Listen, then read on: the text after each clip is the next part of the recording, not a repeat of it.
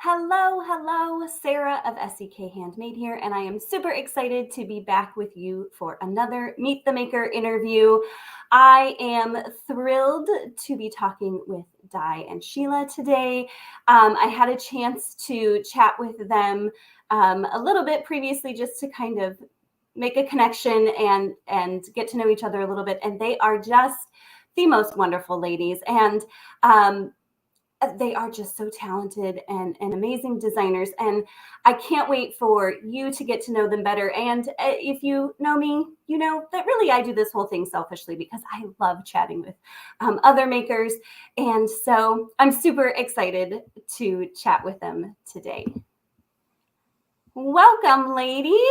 Hello. Hi. Hi. How are you doing today? Really good. Thank you. And we're fine. Yeah. Thanks so much for asking us to talk to you. That's really nice of you and really exciting to be here in Scotland and reaching out to the rest of the world. It's lovely. Yeah. It's so fun that we can connect like this, isn't it? It is. It's wonderful. When I started learning to knit and crochet, there was no YouTube. And so the fact that now that we can make these connections across the world is just so exciting and so amazing. How's the weather by you ladies today?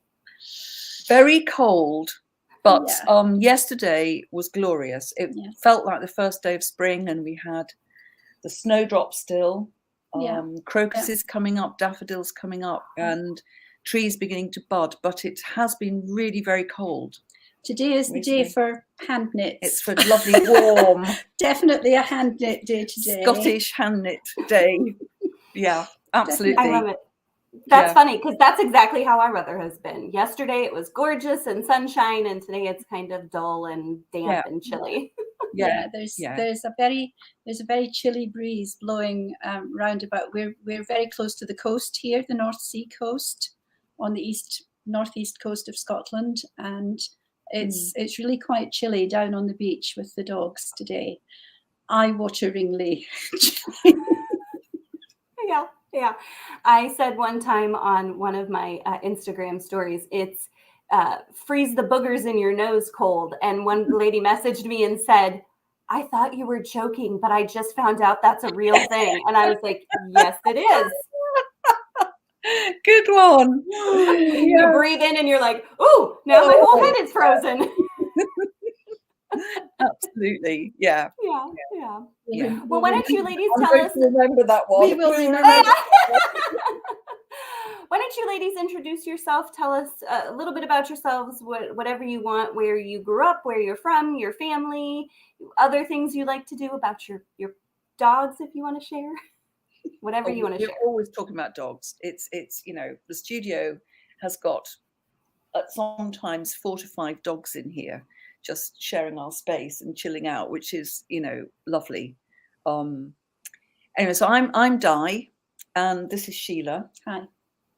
My right-hand woman, and also known as your partner in crime. Partner in crime. Yeah, absolutely. And where to start the story, really? I mean, we've both knitted since we were very small, I would say. Yes, 3 or 4. And I was in Yorkshire, and Sheila in the borders of Scotland, but further south from here, in a town called Hawick, which is a very famous cashmere town. There's currently a Chanel currently has a cashmere factory in Hawick. So when I go back, there are always nice things to look at down there. You can imagine, can't you? I bet. I'm sure you can imagine. So like to go back down there sometimes. So yes, that I learned to knit. It was my aunt who taught me. My father had a spinning mill in the town, and it was a knitwear town. And when I was growing up there, it was the boom decade for machine knitting in Scotland. It no longer is, apart from Chanel, but at that time it was the whole place was booming and prosperous and lovely.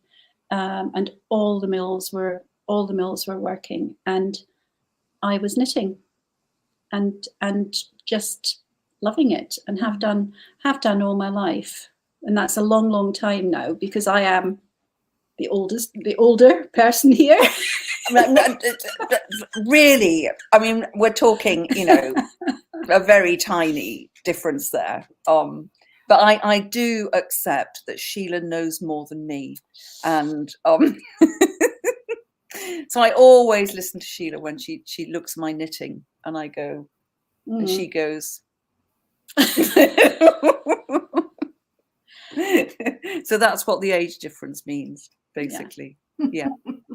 So, but unlike Di, who has worked for 40 years in the knitting industry, I went off to be a teacher for 35 years, and then I stopped teaching, and Di and our paths crossed, as these things happen sometimes. And over a fair isle, actually. It was over a fair isle, yeah. And so that's so since then, the last 10 or 12 years, we have been closely associated. Yeah. So my knitting journey really took off, I suppose, when I was quite young. I was 23, and I was a teacher, but I took a year out to go to the island of Skye, which is in the west, to the west of Scotland, and it's called the Hebrides, the Inner Hebrides. And I started a little knitting studio because I couldn't find any teaching. So, and there was very little knitting happening on Skye. So I thought, do you know what? I'm just going to knit. So I had this beautiful little studio in 1983, which is nearly 40 years ago now. And I was the first studio to sell Rowan yarns just about anywhere in Britain, because I bought it originally as a weaving yarn, which is how it was originally made. And then they transferred it into hand knitting.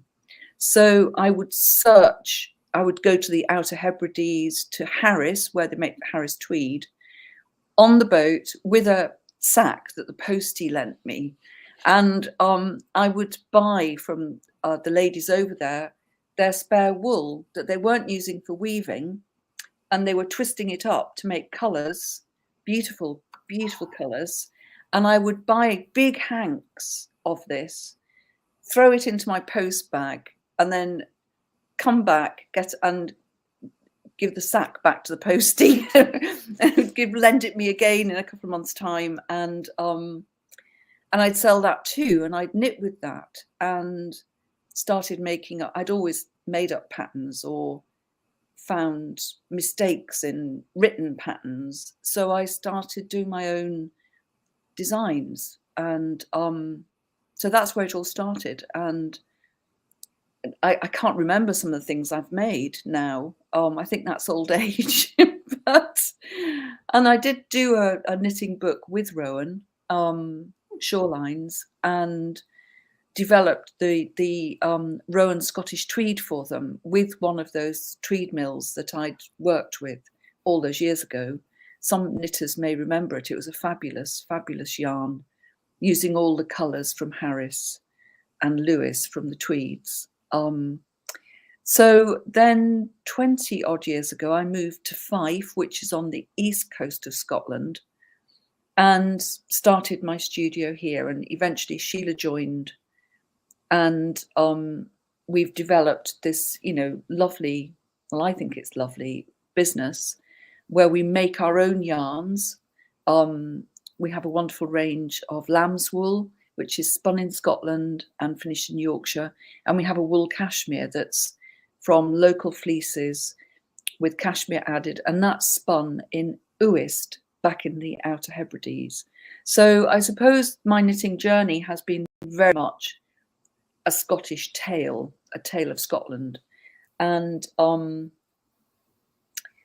we're very lucky to be in the most beautiful studio here in Comilor, and we do teach classes and workshops, and we do retreats as well, which are usually very popular, and we'll be going back to those later this year because we miss teaching. Sheila's a fantastic teacher. We do miss teaching. And and Sheila we also work with 4 or 5 different fashion labels, which a lot of people don't realize. And we develop work for the catwalk, and we do production for different people. And we just recently done a collection for Paul Smith, who's quite a well-known British designer, and that was on the London Fashion Week. And Sheila looks after all of our knitters, because we have a team of knitters who not only work our own patterns, but do the production for all of these different companies as well. So Sheila's technical editor, basically, and I try to realize different designers' dreams, they'll send me a drawing and I'll actually make it a reality, which is hard work and sometimes challenging. Overall, it can be really exciting, and it pushes us as a little company. It pushes us to really think out of the box. And I suppose that's what we're probably best known for, is for taking traditional things and making them a little bit different and giving them a more contemporary, modern look. Basically, so that knitting has a future, and knitting, young people want to make it because it's new, modern, innovative, but using traditional themes as well. So so I think that's all about me, really. I mean, it's just knitting, really. Knitting and dogs, to be honest. Knitting and dogs. Knitting dogs. Things. Not knitting dogs, but knitting. No. Knitting and, yes, knitting. I don't knit dogs. No, I was going to say, because there are people who do that. I know, and some very lovely ones. We know. And I don't knit dog hair, which people ask me for years and years and years, would I spin some dog hair? And because I did spin, right at the beginning, but I've always resisted that, because I always think about how my dog smells when he's wet. And I think if you knitted a jumper with some dog hair in it, it could be pretty interesting. So fragrant. And maybe not to people you would like it to be fragrant to. Yeah, I bet your dog would really love you if you wore a sweater with some of its fur. Oh, well, he loves you anyway. So he loves me anyway. So he's so sweet. Yeah, there's no need. Yeah, the two of you are besotted with each other. Somebody actually asked me the other day. They said he's so gorgeous. He's bright red, and he's got curly hair, and he's so sweet. And somebody said, Sheila, brace yourself. Somebody said, Di, have you thought of combing him and knitting it into your knitting? So I very politely said, I don't think so. It's fine. I'll just keep him as he is. We're all good here. We don't need Yeah. Somebody said it's a scratch and sniff jumper.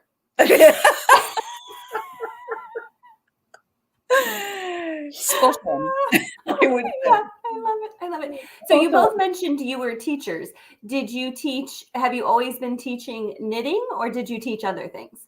No, I taught French and Spanish. I was a modern languages teacher, but I had knitted since I was 3 years old, so it was always carrying on.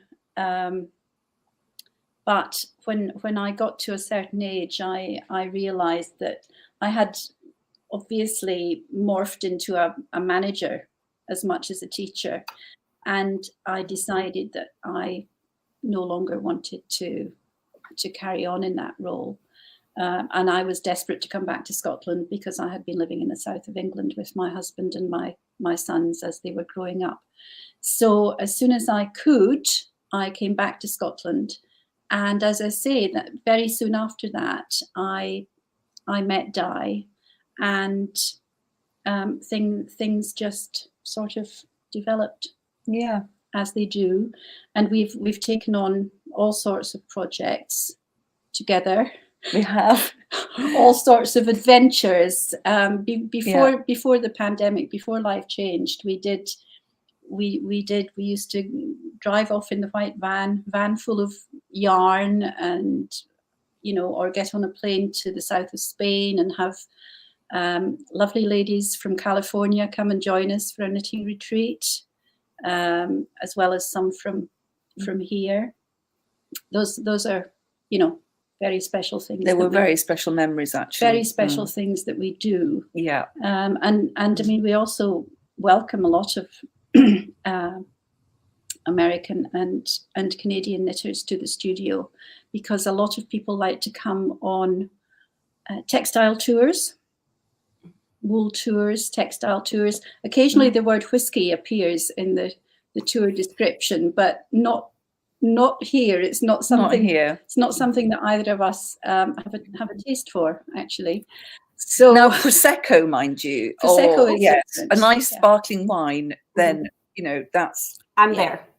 That's where that sounds fantastic. Yeah. Cheers. That's whilst we're knitting. That's exactly perfectly fine. Yeah. But so yes, we normally we would see lots of groups come to the studio, and we talk about we do workshops, and they get the opportunity to shop with us, and it seems to work very well. It's great fun. People enjoy themselves. Yeah, because we have got a lovely little team here as well. There's there are other people involved who help with that, and so it's a very jolly environment generally for everybody. And what's lovely is that as soon as these visitors arrive, they are met by some of the resident dogs, and they all fall on these dogs because they're missing their own dogs that they've left at home. Yeah, the dogs come in for a huge amount of love and attention, don't they? They do. They really do, and it sets the scene. It's very relaxed. Sets the scene very, very nicely. Yeah. You guys offer yarn therapy and dog therapy. Yeah. Yes, yarn therapy. Always knitting therapy. I mean, I do think knitting is so good for one's mental health, for relaxation, taking your mind off things, but it's also really social, and we do have a great knit club that's been going for over 20 years, and people come every Thursday night, and we do 2 hours of knitting, chatting, knitting, occasionally a glass of wine. Yes. So last year we were very fortunate to be asked to work on a Netflix movie, which some of you may have heard about. And we worked with Brooke Shields to teach her to knit, and various other actors. And it was called A Castle for Christmas. And we did all the hand knit accessories for the knitters in the film, as well as teaching the whole knit club in the film to knit. And when the film came out, we had the whole knit club together, and we cheered on the knitters in the film, and it was fantastic fun. It was really great fun. So we do some amazingly diverse and interesting things. And of course, when we had lockdown and when COVID appeared on the scene, literally a week before, we were finishing a beautiful retreat in the south of Spain. And whilst we were there, I had a phone call from the editor of David and Charles, publishers, an editor, and she wanted us to write a book about Sanka knitting, which is another rare form of knitting, Scottish knitting. And I said, to be perfectly honest, I can't do that because I don't know the tradition well enough. But what I do know and what I do love is Gansey knitting. And she said, oh, great. I thought she'd say, oh, well, fine, but she said, no, Di, tell me about it. So, and I'd been into Gansey knitting from being a small child. So, well, the important thing is that you grew up on the coast. I did. I grew up in a fishing village, where they had a big tradition of and fishermen's sweaters, Ganseys, that the women made, big tradition. And so it always really, really, really fascinated me. And I bought my first Gansey book when I was about 12. And that was Gladys Thompson's Gansey's jerseys and knit frocks or whatever I can't remember what it's called exactly. I have 2 copies of it now, just in case. And I would read it in bed, you know, I'd read it in bed with a torch, you know, when I should have been studying. Under the blankets. Under the blanket, when I should have been doing my studies. And I was just fascinated by it and the stories and everything. And so we put a proposal forward because I'd already designed some things using Gansey. And I put forward a proposal and I said, you know, let's make it into a source book. And they loved that idea. And so Sheila here and I researched various projects we've been involved in and collections and narrowed it down to how many did you knit? 150. 150. Oh yes, samples. They're not big. They're this size. Isn't that beautiful? It's so beautiful. Yeah. And in fact, the difficulty was which ones to miss out to get it to 150, because there's such a wealth of different patterns and different designs, and from all around the coastal areas of the country. So it wasn't so much the knitting, it was the fact that I was using Excel to put them all on charts for the book. So we have the book here. I would rather knit any day than use Excel, but never mind. That's the knitting book. Oh, Sarah's knitting from it now. Yay! Yes. Okay, so I have to say, I loathed swatching. But very recently, within like the last 6 months, I had kind of an epiphany about like, I just had the wrong attitude about it. Swatching is not a chore. It's not a punishment. No. And I was treating it like that. I was like, oh, another swatch for something else.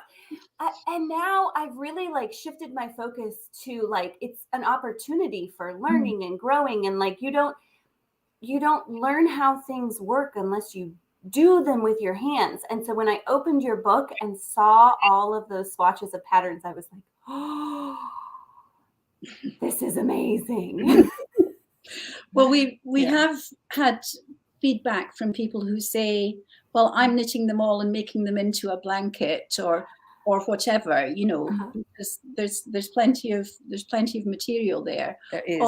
All I would say at that point, and I have said to people, well, just think of the sewing up that you leave yourself. So knit them several together. Knit them in blocks. Knit them in blocks of 9, for example. Choose what you want and copy them, and then knit together and knit them all together so that you get a variety as well. Because we know that people don't always like sewing up. When we're teaching a group of visitors, and we always say, who here likes sewing up? And Di puts her hand up and I put my hand up and no one else. 20, 25 people, not a soul. Same with the tension. Not a soul. And the swatching. To get your gauge, right?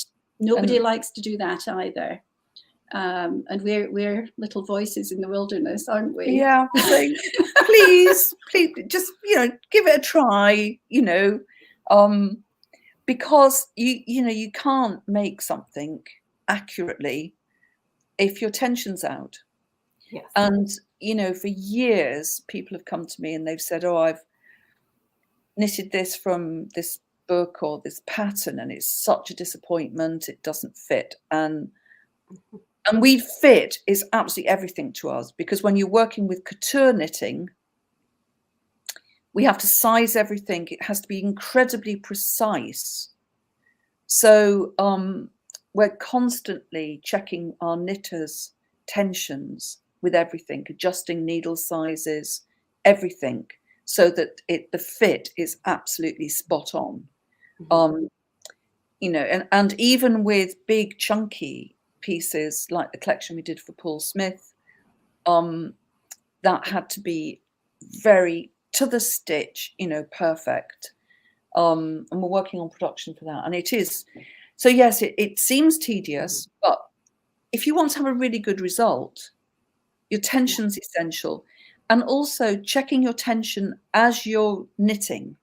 Yes. Because your tension can change through a bigger piece, depending on what you're using. We found that with stripes.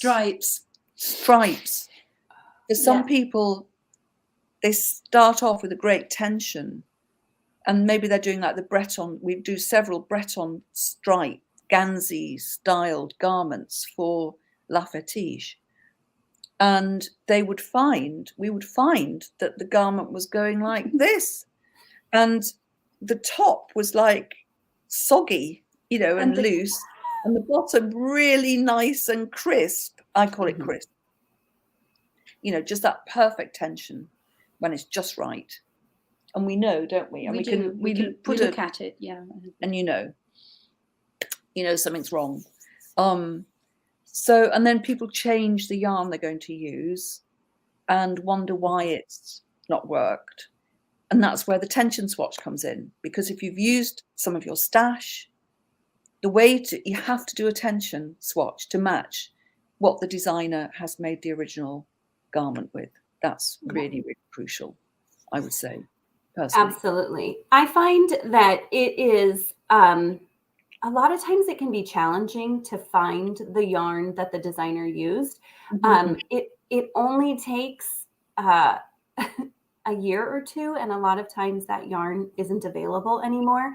And I think so much goes into the yarn and the tension and everything that you know, if you guys design a sweater and it is in wool, and somebody says, I'm gonna do a bamboo blend. Well, bamboo acts completely different. And so it's not only important to get your tension right, but also to see like what kind of fabric does that create. Totally. Absolutely. That is, you know, something that we work with all the time is, and it is frustrating. That's why I started making our own yarn, because, you know, when I worked for Rowan and did the Rowan Shorelines book, the Rowan Scottish Tweed was discontinued after so many years. And, you know, I'd worked on developing the yarn and the spin, the whole thing.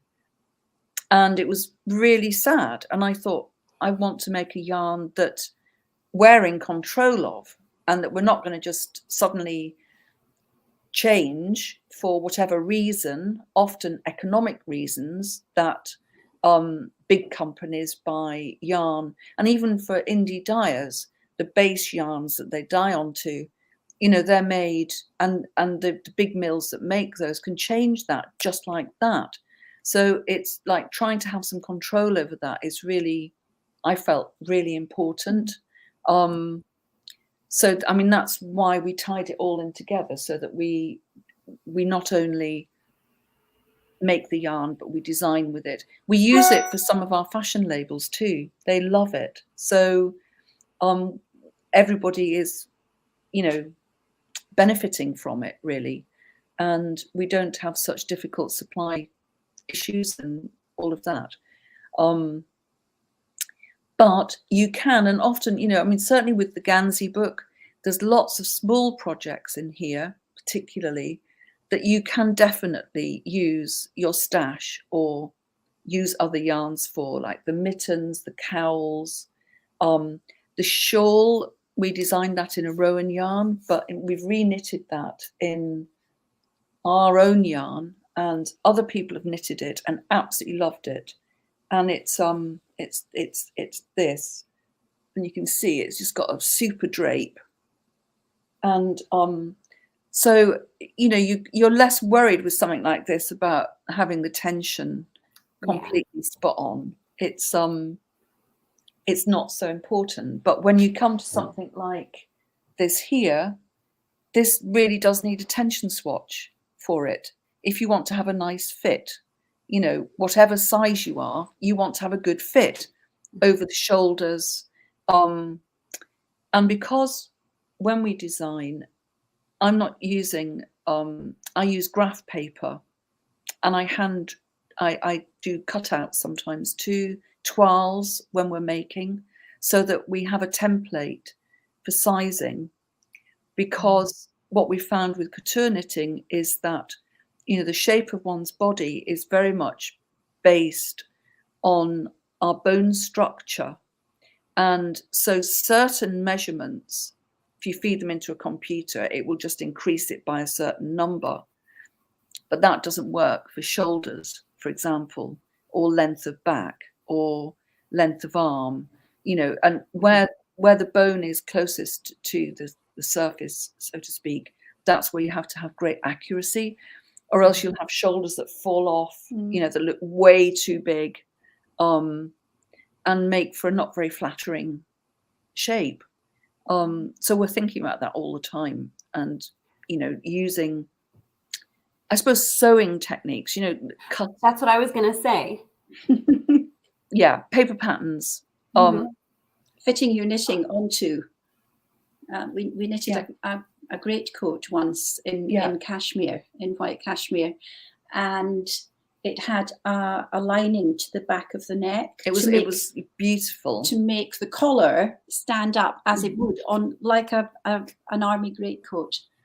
And I had never knitted that particular shape before, but we had a paper pattern, and it just added the most amazing structure to this piece. So it's like tailoring. So exactly the same principles as tailoring. We get to do all sorts of exciting.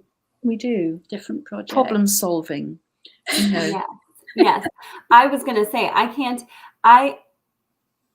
I love the challenge of working with like a magazine, and they come forward with like an aesthetic and a feel, and you kind of have to like work within those confines.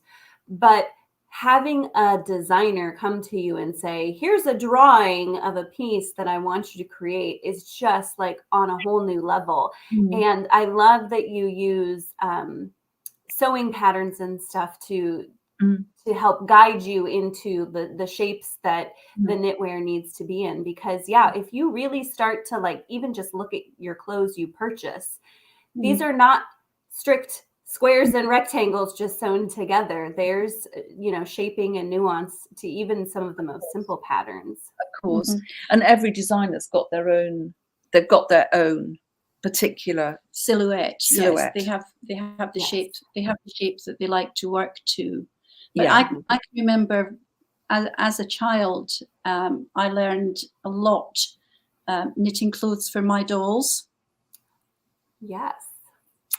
I learned a lot that way because that was where my dolls already had a small wardrobe of hand-sewn clothes, but my job as the knitter was to knit clothes that fitted. So I used the hand-sewn clothes as a template, if you like.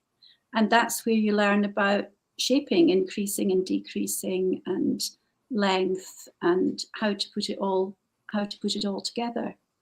And in fact, we always say when people come to us and say, well, I'd like to knit something, I would like to make my own jumper, and how do I start?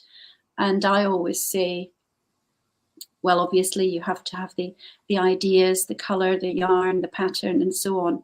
But if you have a garment at home that fits you very well, and you love that shape and it really suits you, then that is a good place to start. Absolutely. That is your template. Yeah, that's so smart. Just like my doll's clothes were. Was it a Cindy? Yes, I had bigger dolls, but then I never had a Barbie. But in the UK, in the UK here, we had a British version called a Cindy, which is very similar to a Barbie.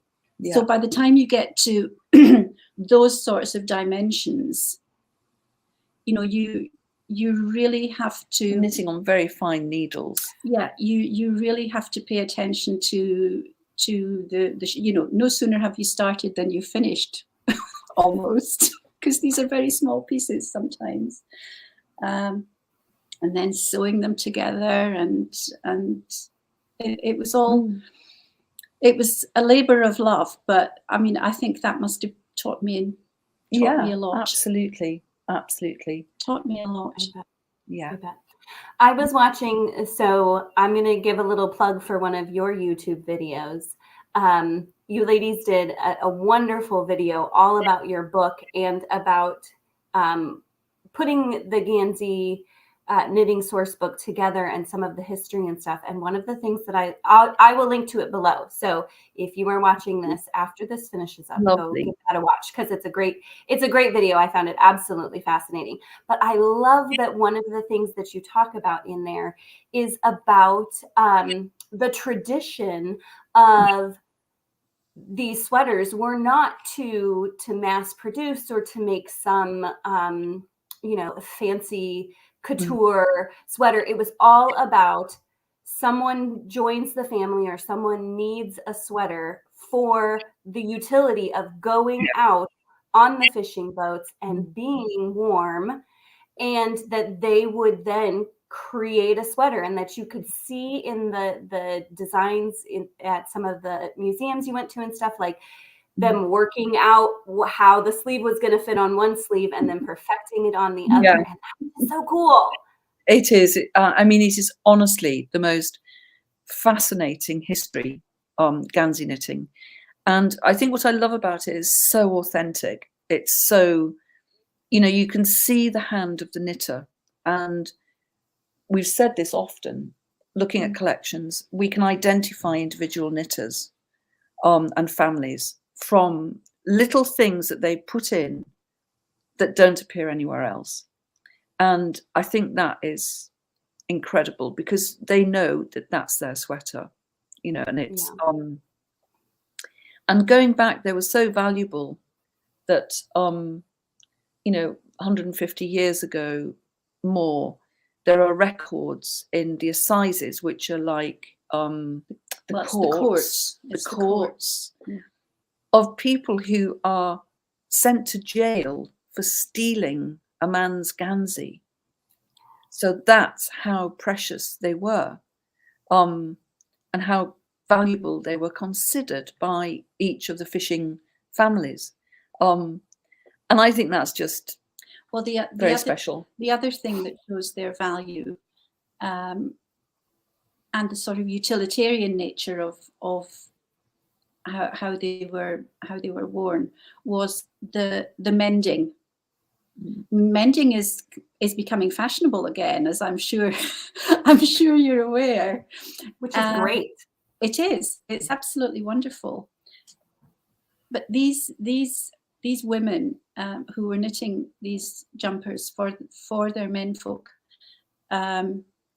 you could see in the garments at the museums that we were able to look at, you could see that sometimes we were talking about the difficulty of getting yarn just a few minutes ago. Well, obviously, by the time this garment had been knitted in a particular dye and then gone to sea for I don't know how long and come back, and 30 years or something. The cuffs are frayed and the neck has gone a wee bit. So, but you know, they didn't let that deter them. They just found a yarn of a similar gauge, because that's more important. Actually, that was more important to them than the color, wasn't it? Yeah, absolutely. And they reknitted the cuffs, and they did something clever at the neck, and that was it. It was off again, back out to sea to catch the herring. Yeah. And we loved that just as much as we loved identifying the the fancy stitch work. You know, that's the other side of it. Yep. Really, the care and the attention and the love that was put into these garments. Because, you know, some were over 100 years old in the collection, and they do wear incredibly well. That type of yarn, it's a 5-ply Gansey yarn, and it's worsted spun. It's still available. It's not to a lot of people's taste these days or feel, because it's a little bit hard, but that was for longevity. You know, it has to be to hold up.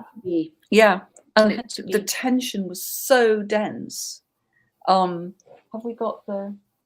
Oh, well, there's the needles there, aren't there? There's a photograph of these needles in the book. You can see up in Shetland they call these wires, and you can sort of see why they call them wires, because they're long and sharp and very fine. And so these were used along with this very durable yarn to create a fabric that was really dense, resistant to water, wind and water, and cold. And to make and you know, a really very special type of construction. So I mean, this is in the book, and this is knitted in that Guernsey yarn, and it's like an armor almost. You know, it's like almost an armor. It's so dense. I didn't do a traditional Gansey in the book, apart from the children's one, which is the Buchan, principally because there's some brilliant books, you know, about Gansey with lots of amazing traditional patterns in. And I didn't feel the need to replicate those. I couldn't do them any better. What I did try to do was, as I said before, take the notion, like in the shawl, that's all based on, the increasing's all based on the way the gusset works under the arm. Because in Ganseys, it's knitted bottom up seamlessly. You divide for the front and back, but at the same time, you knit out a nice little gusset. I don't know if you can see that in this children's one under the arm. And then when you cast off your neck and done either a shoulder strap or whatever you're going to do, you then pick up the stitches around and knit down. So that's why they could actually cut off a bottom and knit down a new cuff edging. But we wanted to make things that were just a little bit different. So the North Sea, which is in colour furs, this beautiful furs is the Scots for gorse, which are these flowers that come first in spring, just after the snowdrops. And they're that colour. They're amazing. And they smell of coconut, don't they? They do. They smell of coconut. Very prickly. Yeah. Very prickly. They're on the where you see them here. They are in hedgerows, and they are on the golf courses. We live in a very famous golfing part of the world here, and so we see these when we're out with the dogs. We see all the gorse, and we can smell it. This amazing coconut smell. I mean, you'd think you were on Hawaii, honestly. But you're not. You're on the coast of Scotland. Yeah. If only, Sheila. If only. I know. That would be nice. I know. Maybe we should do a retreat there. Yeah. Well, that's. I'm happy to do that. I was gonna say, sounds good to me. I'm happy to do that. Yeah. That'd be amazing. Yeah. I will say, I really love. I really think you said you tried hard not to replicate things that were already out there. I think you did a really beautiful job of making a really wide variety of patterns in this book.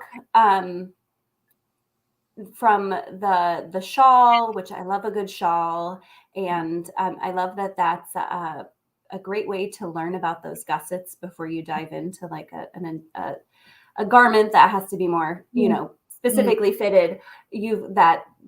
The sweaters are beautiful, but you've also got like kind of a lightweight the vest that you've made out of linen, right?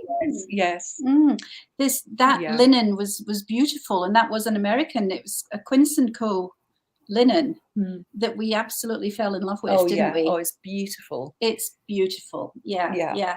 So we just wanted to show that you could use these beautiful patterns with the Gansey story, but in whichever way suited you. And for your climate, you know, if you not need a man's navy blue, dark sweater, which are the traditional ones, that you could have your story, you can create your story and knit it in linen into a lovely summer vest.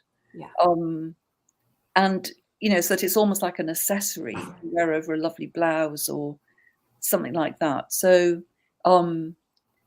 it's very versatile, isn't it? The whole Gansey concept is very versatile, and it's lovely to knit. And you can choose patterns and interchange them from the wonderful sample section. If you do the sea biscuit, the jacket cardigan, that's set out in a grid pattern, and you can fill in the grid with your own, you know, choice of patterns. One of our knit club has just been doing that, and she put hearts into her jacket, which is really nice as well, and that was beautiful, because one of the things that some mothers did do in the middle, I love it. They knitted hearts into the sweaters as their teenage sons went off to sea with their fathers, which is quite a thought. We are mothers of sons, both of us, and it's quite a thought, that, isn't it? Really? Yeah, it is. It's quite a thought. So the hearts are special little touches. And they put their initials in too sometimes, you know, and I think knitters love to do that, to put in, you know, kind of little signatures, which makes it very much theirs. Some of the seeding patterns, we call them seeding patterns because they're like the joining patterns in between the main patterns, the main motifs. I don't know if you can see this one terribly clearly, but no, you can't. It's a bit dark. What is a little seeding pattern section there? Oh, there's a tiny one there. There's a tiny one between those zigzags. You see the centre bit here? And there's another one. And there's one here between the flags, and that's different again. And they could be made wider or narrower, and we think that's a device to make the garment either bigger or smaller, because they didn't have written patterns. They had written notes, which we discovered, which nobody had ever found before, and everyone thought that people didn't keep, you know, notes about their patterns, but we found those. And so, I mean, people weren't going to a written commercial pattern. They were looking at somebody, and say a young guy who joined the family and maybe got married to a daughter and was going to go on to the boat, and they'd say, right, he's a 422. And what they'd mean by that was the number of stitches they'd need to cast on to make a garment to fit him. And then they would put in the way that they would adjust. Say they'd always made ones that were 388 stitches before, and they wanted to use the main motifs. Where they'd add the stitches in to make it bigger were in those seeding patterns between the main patterns. And so they developed all sorts of little tiny cables. Well, we call them mock cables because they weren't actual cables. So we've got on Instagram a really good little video of Sheila doing the Elsie Buchan mock cables, which are so delightful and people have come to love. And she was the only person that did that. And in her Ganseys, she just had 4 stitches, in some she doubled them up. Sometimes she put a purl stitch in between them. She was constantly inventing. So inventive. I would have loved to meet that lady. I would just have loved to sit beside her and knit. That would have been pure joy. Yeah. Pure joy. Yeah. Because such a special skill to be able to do that. I know. It's fantastic. Really it is. And they were often knitting at night with no proper light. Just maybe a hurricane lamp or candles, because that's the only time when they weren't working, because they were all involved in the fishing. So that in itself is really difficult, working the dark blue wool, as anybody will know, knitting on sets of wires in the round with a knitting belt. They would be counting in their head, and so their maths must have been fantastic, because they have little side seams, little stitches down the side, so they knew where the front started and the back. Although we think actually they were both the same, and that they did turn them round so that one side got worn too much and they'd literally turn it round so that it gave longevity to the garment. We know for a fact, because last week we were sharing a tutorial session with the most amazing knitter from Shetland called Hazel Tyndall, whom we've known for quite a few years, and she shared a jacket that her mother had knitted for her. And Hazel is, she might not mind me saying this, she is at least our age, if not more. So this is, a jacket of a few years.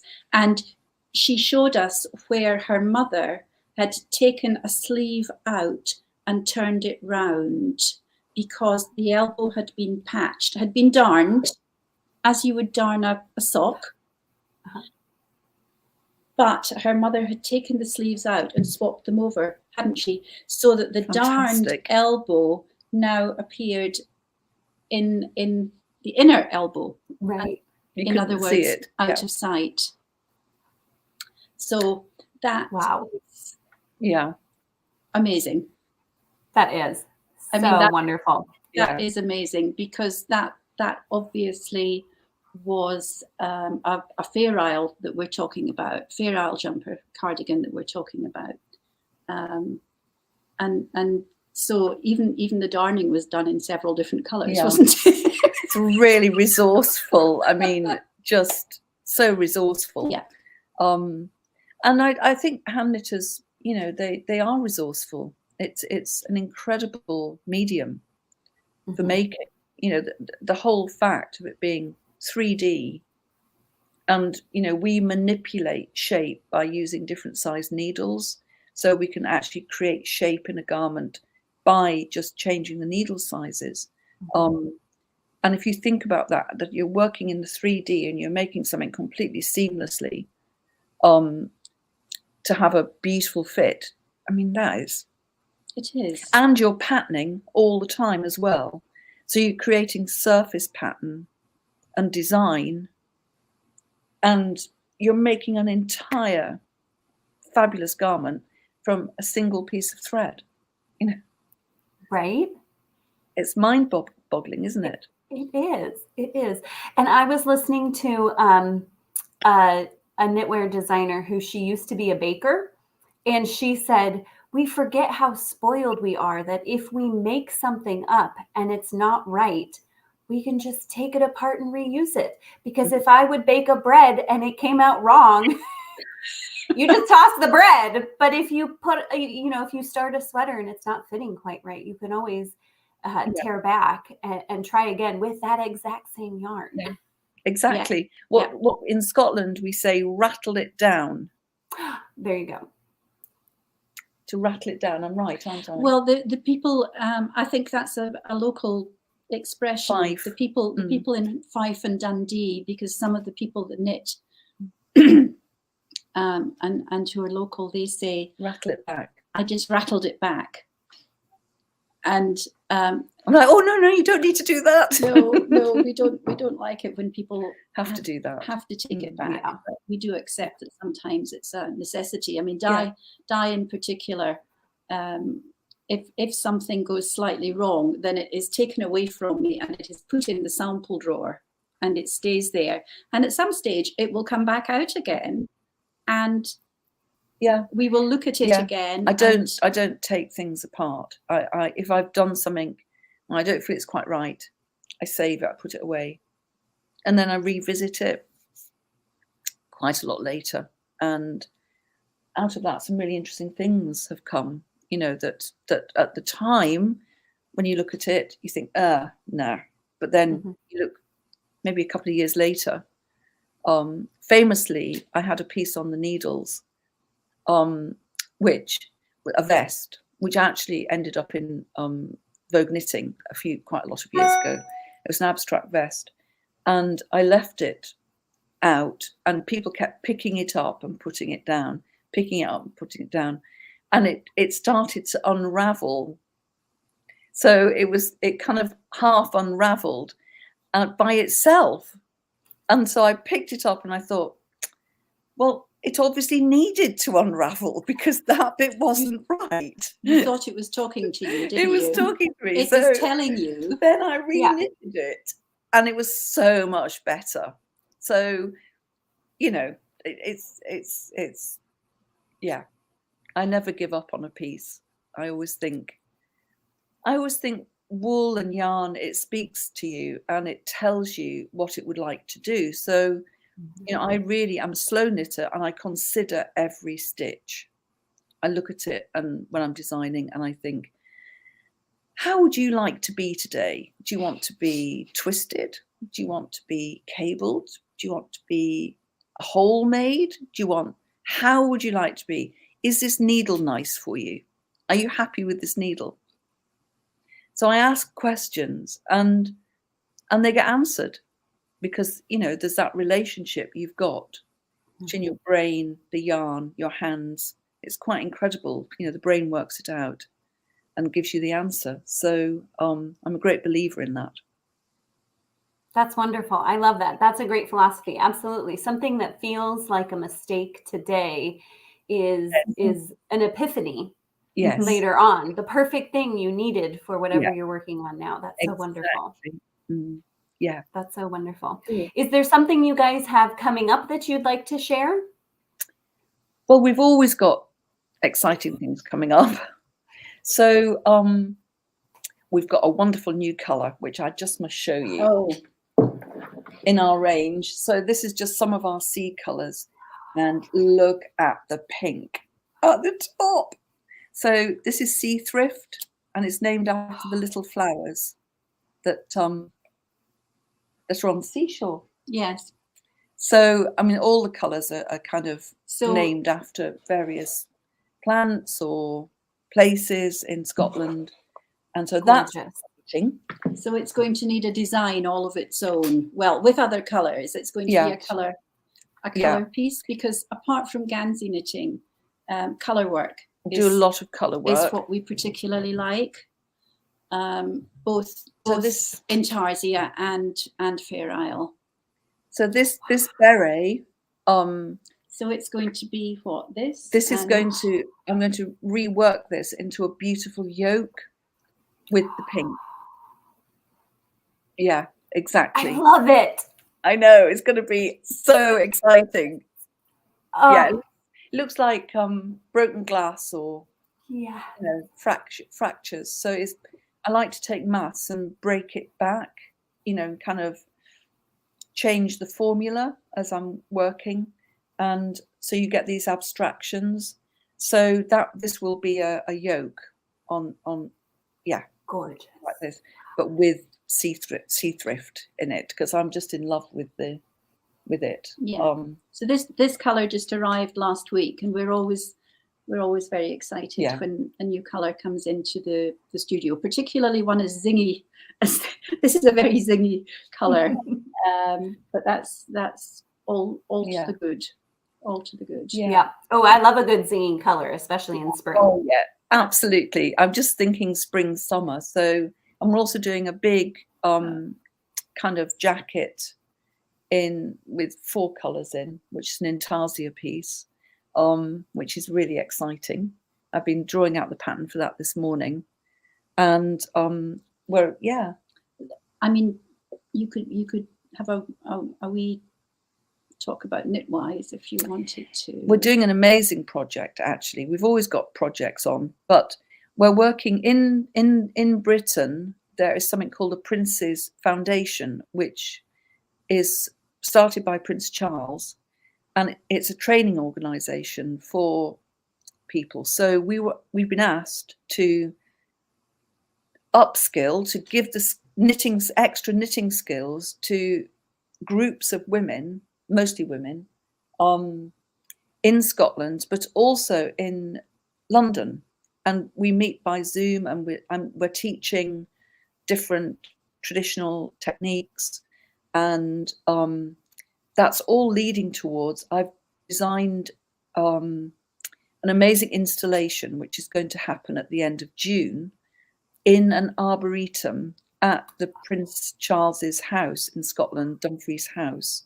So people will be able to go on a guided tour through the arboretum over an amazing Chinese bridge, which will be dressed with fabulous lace knitting. And there'll be a contemporary section. Then in one little building, the Maguire, there's going to be a teaching section with all the traditional styles of knitting from the UK, and with lots of British spinners have donated lots of amazing yarns. So we'll be showing all the different types of yarns and what they're used for and why they're used for. So it's actually a library of knitting stitches.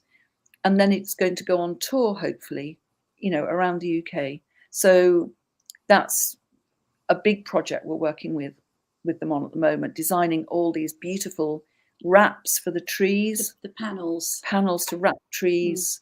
And they're in Gansey, Fair Isle, Sanka, lace, argyle, intarsia, cabling, Aran, all different styles. So, and the hope is that all these women are upskilling, they're learning more all the time. So, it's a pretty big project.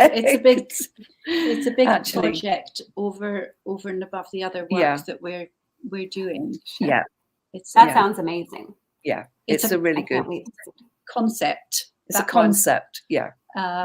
Concept. Yeah. So cool. All right, I'm going to ask you, ladies, some of your favorites real quick. Okay. Yeah. Can we do that? Okay. What is your favorite place to work?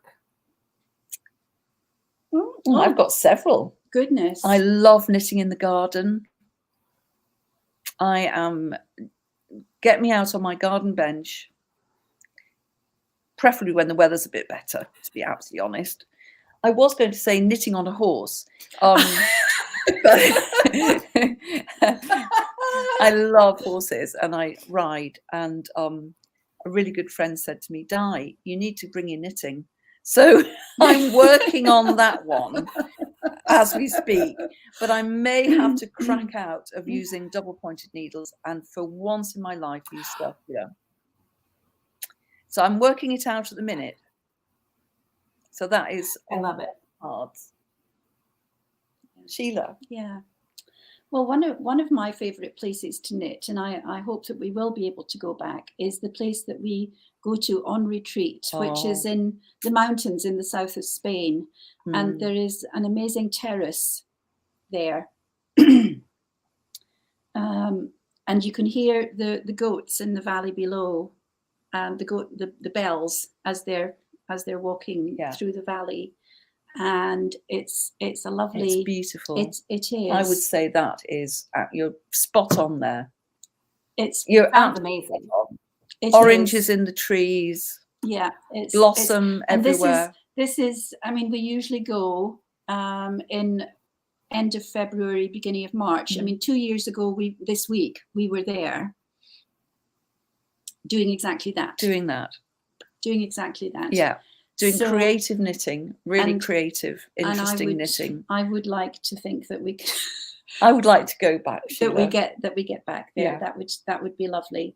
Yeah. I mean, at home, I have a favorite spot in the room that I sit where the light is good and everything's set up, and I have a lovely bowl that Di gave me last Christmas that has all my bits and pieces in it at my right hand and all the rest of it. And that's a very good it's a very good spot for me because everything is just where I need it. So if I'm settling down for a good session, but otherwise, no, take me to Spain.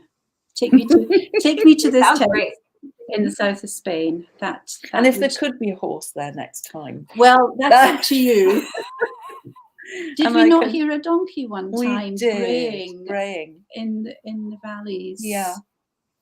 Yeah. I could maybe sit on a donkey with a pannier, just behind me with some knitting in. You can tell that she's working up to this. This is the second time within a week that she has been talking about knitting on a horse. So I'm sort of thinking this is going to be a thing, a wee thing here. You have to have good communication with your horse, obviously. Well, absolutely. Excellent communication. Yeah, you definitely do. Yeah, you would have. That's a new one to add to the list. This is my new one, yeah. New one to add to the list. Oh, fun. Do you both have a favorite season? Well, I particularly like spring because I just love everything that is happening in my garden right now. Although I live on the coast, I have a sheltered garden, what we would call a walled garden, not a big one, but a small one. And there are things starting to come through the soil right now. So my peony roses are beginning to poke their heads through, especially the new ones I put in last year. So I'm thrilled about that. And the primulas, the ones that have the pom-pom heads, the drumstick heads, they're really just appearing. So I find that really, as I'm walking through the garden with the dogs on the way out for the walk, I find that really, really, really cheering, you know. And I'm one of these people that thinks that spring starts on the 1st of March, right? Never mind the 20, whatever it is. As far as I'm concerned, spring starts on the 1st of March. And so, yeah, despite the very chilly weather here today, I think, I'm gearing myself up for that. So yeah. I don't know about you, Di. I'm autumn. You're autumn. I just love the colours of autumn. I love spring too. I love all the seasons. I'm less keen on full summer. I just love I love early spring like Sheila, but I love when the magnolia comes out. That's really special for me. Summer, I love roses. So obviously that's, but autumn, I don't know, there's just something so special about a clear autumn day with, the trees just turning their colour and, it's just really super. Yeah, I do love snow as well, but I know that's not everybody's favourite, but I do love it waking up with a crisp winter morning. And and I got into a thing when we were in Denmark a few years ago, teaching. We were so well looked after, and there they have, is it Hygge? Hygge, I think you pronounced it. The sort of Danish coziness, comfort zone, So I'm now in a habit in the winter of lighting a big candle in the morning when I get up and in the evenings, And so candlelight is one of my favorite things for winter, to light those candles and just have that sense of well-being that particular soft light, which just I think makes you feel really lovely. Mm-hmm. I agree. I agree. Well, ladies, I'm going to have to let you go because we've been chatting for over an hour. It's been such a blessing to chat with you. It's just been so much fun. So thank you so much for joining me. Thank you so much for asking us. That was so lovely of you. Thank you. Our pleasure. Really enjoyed it. Lovely to meet you, Sarah. Yes. Well, I can't wait to see all the things you have coming up, and I will drop links to Instagram and everything below so that people can see your installation when you share that and everything, because I can't wait to see. Have a lovely day, ladies. Yeah. Thank you. You all too. Bye. Bye then. Bye. Oh my goodness. I could have listened to their wonderful knowledge and amazing stories for hours more. I will plop all the links below, including the video where they talk about the process of writing the Gansey Knitting Sourcebook. I highly recommend the book. It is really lovely. I am working on a pair of mitts right now. And so check out the description below. If you enjoyed this Meet the Maker, I do lots of these interviews. And so I would love it if you would subscribe to my channel, turn on notifications so that you can get notified whenever I interview someone else new or post any tutorials or other helpful videos. Thank you so much for joining me today, and happy crafting.